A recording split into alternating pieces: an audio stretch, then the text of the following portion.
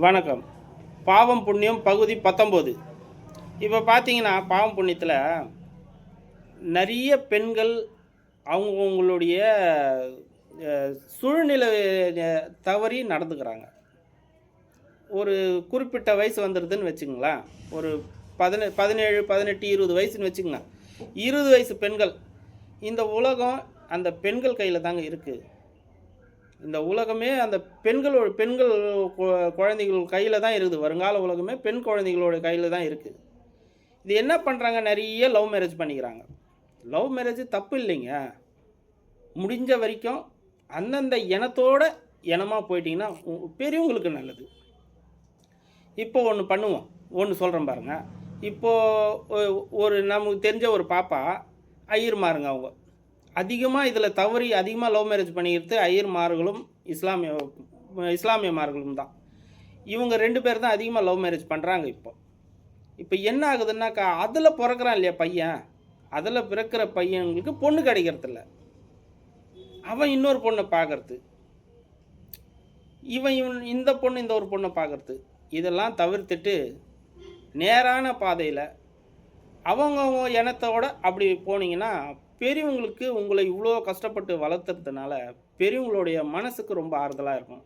இன்னொன்று, நீங்கள் எந்த இனத்தில் பிறந்தீங்களோ அந்த இனத்தை எப்போவுமே பெண் குழந்தைகள் காப்பாற்ற வேண்டிய கடமை அவங்களுக்கு இருக்குது. அவங்க கையில் தான் இருக்குது. இப்போது உதாரணத்துக்கு பார்த்துங்களேன், ஒரு இந்த ஐயர்மார்கள் அந்த பாப்பா சொன்னேன்னு, அவங்க செட்டியார் பையனை கல்யாணம் பண்ணிக்கினாங்க. பெரியவங்க அதுக்கு ஒத்துக்காமல் இல்லை, அவங்க ஒத்துக்கிட்டாங்க. என் குழந்தையோட வாழ்க்கை என்னவோ, அவங்களுடைய சந்தோஷம் என்னவோ அதுதான் என்னுடைய சந்தோஷம்னு சொல்லி ஏற்றுக்கிட்டாங்க. அப்பா ஏற்றுக்கிட்டாரு. 2 நாள் பொறுத்து அப்பா ஏற்றுக்கிட்டாரு. அம்மா இன்னைக்கு வரைக்கும் ஏற்றுக்க முடியல.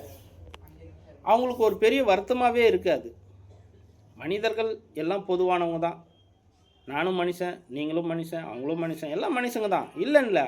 ஆனால் சில பெரியவர்கள் என்ன பண்ணிட்டாங்க, ஒரு 5000 வருஷமாக நீ இந்த மதம் அந்த மதம் அந்த மதம்னு சொல்லி மதத்தை குழப்பி ஒரு குறிப்பிட்ட ஏஜுக்கு போனோன்னா அதில் ஒரு வைராக்கியம் வந்துடுது அவங்களுக்கு. இந்த வைராக்கியம் என்பது என்ன வருதுன்னா, அவங்களுக்கு கொஞ்சம் கஷ்டத்தை கொடுத்துருது. முடிஞ்ச வரைக்கும் பிராமண பெண்கள் அவரவர்களுக்குடைய உங்கள் பிராமண ஆண்களுக்கே பார்த்து நீங்கள் வாய்ப்பு கொடுங்க. அவங்களுக்கே திருமணம் பண்ணிக்கிட்டால் ரொம்ப நல்லாயிருக்கும். அதே மாதிரி ஏதோ இஸ்லாமியர்களுக்கும் சொல்கிறேன், அவங்களுக்கும் அதே மாதிரி இஸ்லாமிய பசங்களுக்கே பார்த்து வாய்ப்பு கொடுத்தீங்கன்னா இன்னும் நல்லாயிருக்கும்.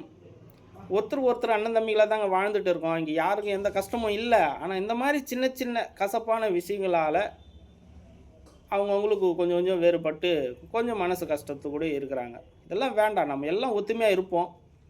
காதலிக்கிறது தப்பு இல்லை, காதலிங்க, அந்தந்த இனத்தோட காதலிங்க, அது தப்பே இல்லை. ரொம்ப போற்றக்கூடியதாக இருக்கும். ரொம்ப ஏழைப்பட்ட பையனாக கூட காதலிங்க, அது பிராமண பையனாகவே காதலிங்க. ரொம்ப ஏழைப்பட்ட பையனாக காதலிங்க, அது இஸ்லாமிய பையனாகவே காதலிங்க. ரொம்ப ஏழைப்பட்ட பையனாக காதலிங்க, கவுண்டர் பையனாகவே காதலிங்க. இப்போ நீங்கள் மாறதுனால அந்த பசங்களுக்கு எங்கே போவாங்க?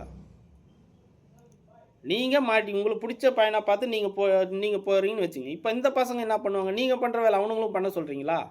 வேண்டாம்.